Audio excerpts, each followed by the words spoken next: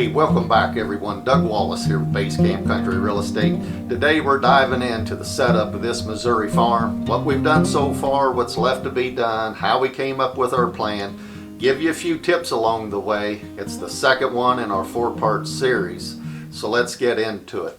For those of you that's never purchased a farm before, from the time your offer is accepted until you get to the closing table is about 30 to 45 days. You may get it done sooner than that, but I would tell you to plan on that time frame right there. And this is the perfect time to sit down, put pen to paper, come up with a business plan, you might say, of everything it is that you're wanting to do to make this property uniquely yours.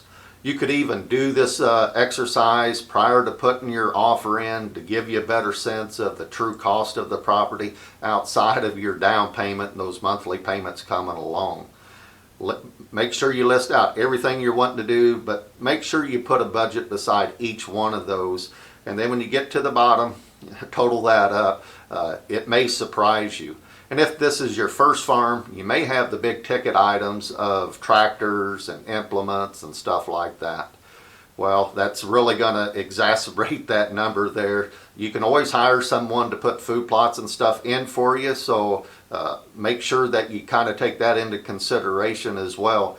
You're just going to be on their timetable, and that's part of the fun of purchasing a property anyways, is now finally getting to make it yours the way you're wanting to do it, and then get into the management of it. That's why we're all wanting to do it anyhow. When you get into that number like we did, you may find out it's going to take you 3 to 5 years to get that plan implemented. Don't worry about that. Don't stress over it. It's been my experience it takes about that long for you to really learn what a property is capable of doing for you anyways. Lucky for us, this time around, we didn't have to purchase any of the bigger ticket items like tractors and implements. We already had those stuff from owning other farms. This time around, it was just going to be the Redneck Blinds, which was going to be our biggest expense. And then this property here didn't really have any food on it to begin with, except for one clover plot that was about an acre on the west end of the 17-acre field there. So our plan called for us to get a Redneck Blind installed there right after closing. We closed on like November the 9th of 2019, just 3 days ahead of Missouri's rifle season. So as soon as we got closed, I got the Redneck Blind. We got it on the south side of this clover plot. The seller was gracious enough to allow us in there about 3 weeks early just to put some cameras up so we could start getting an inventory of the bucks running around there. One of the bucks that we got, we dubbed him Even Steven, just a really nice, looked like a 4-year-old plus buck with a nice even rack on him. Another one, a big chocolate horn 9-point, we called him Hershey. Anyways, my son's girlfriend at the time, she'd never shot a deer before. She was able to take Even Steven during Missouri's rifle season there. And then I shot a doe. Those were the only deer shot in 2019.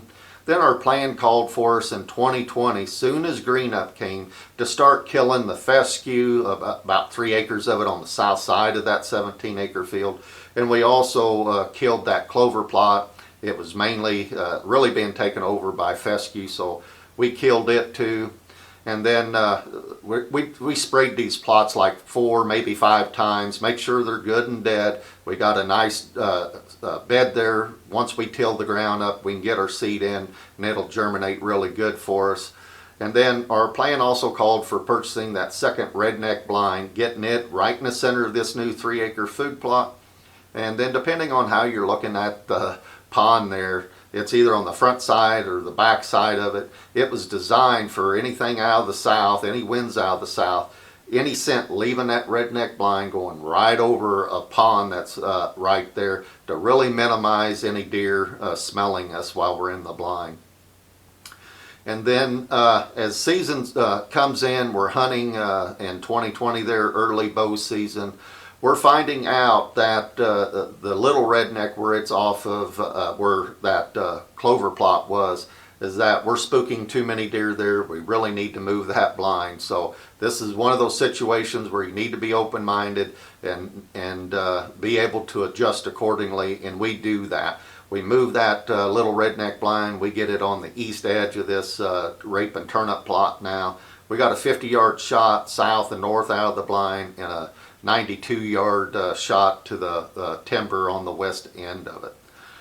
And then my son, he was able to take a buck we dubbed Little Steve during Missouri's general rifle season in 2020. I'd taken a couple of bucks that we thought were 4 years old, and they just didn't have much racks on them, but we thought they were mature, and we took those bucks out of the herd as well. And then coming into 2021, we're analyzing our data. We really have a lot of deer showing up utilizing our food. In fact, we're running out of food. In 2020, by mid-November, we had 4 acres of food in this 17-acre field, and they're all gone. It's down to bare dirt. So in 2021, we're adjusting our plan again. We're now going to put another 2-acre food plot into this 17-acre field right on the north central side of it.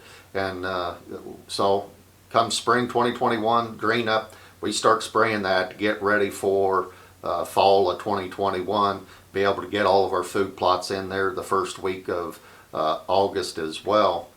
We're doing that, and something else that we learned is with that many deer showing up on these food sources, we're having to stay really late, way past dark, and which is a good problem to have. But even at that, we got really good access route, and our exit routes basically taking us right back out the same way we came in. We're spooking too many deer, so the spring of 2022 here, our plan, that wasn't in our plan originally, was to go ahead and put plot screen around these redneck blinds and around the food plots so that we have easier exit routes and we're not spooking as many deer as we are. Other than that, we're just 2.5 years into this hunting this farm, and we really got it set up about the way that we're wanting to. Our hardest stands to get to are on the south end of the property that are set up for straight north winds. We got long access to get there. Typically we only hunt them in the afternoon, and I was able to take both my bucks in 2021 on afternoon hunts on the south end of the farm. Really nice 4-year-old bucks, both of them in the mid-30 to a little over 140 class. My son was able to take a buck, a nice 10-point in the mid-30s in late December there. So we took 3 deer there in 2021. So that's basically what we've done to set this farm up. Now it's just the fun of running cameras, tweaking things, and enjoying the property. So anyways, again, don't stress out over some of the things that may pop up along the way.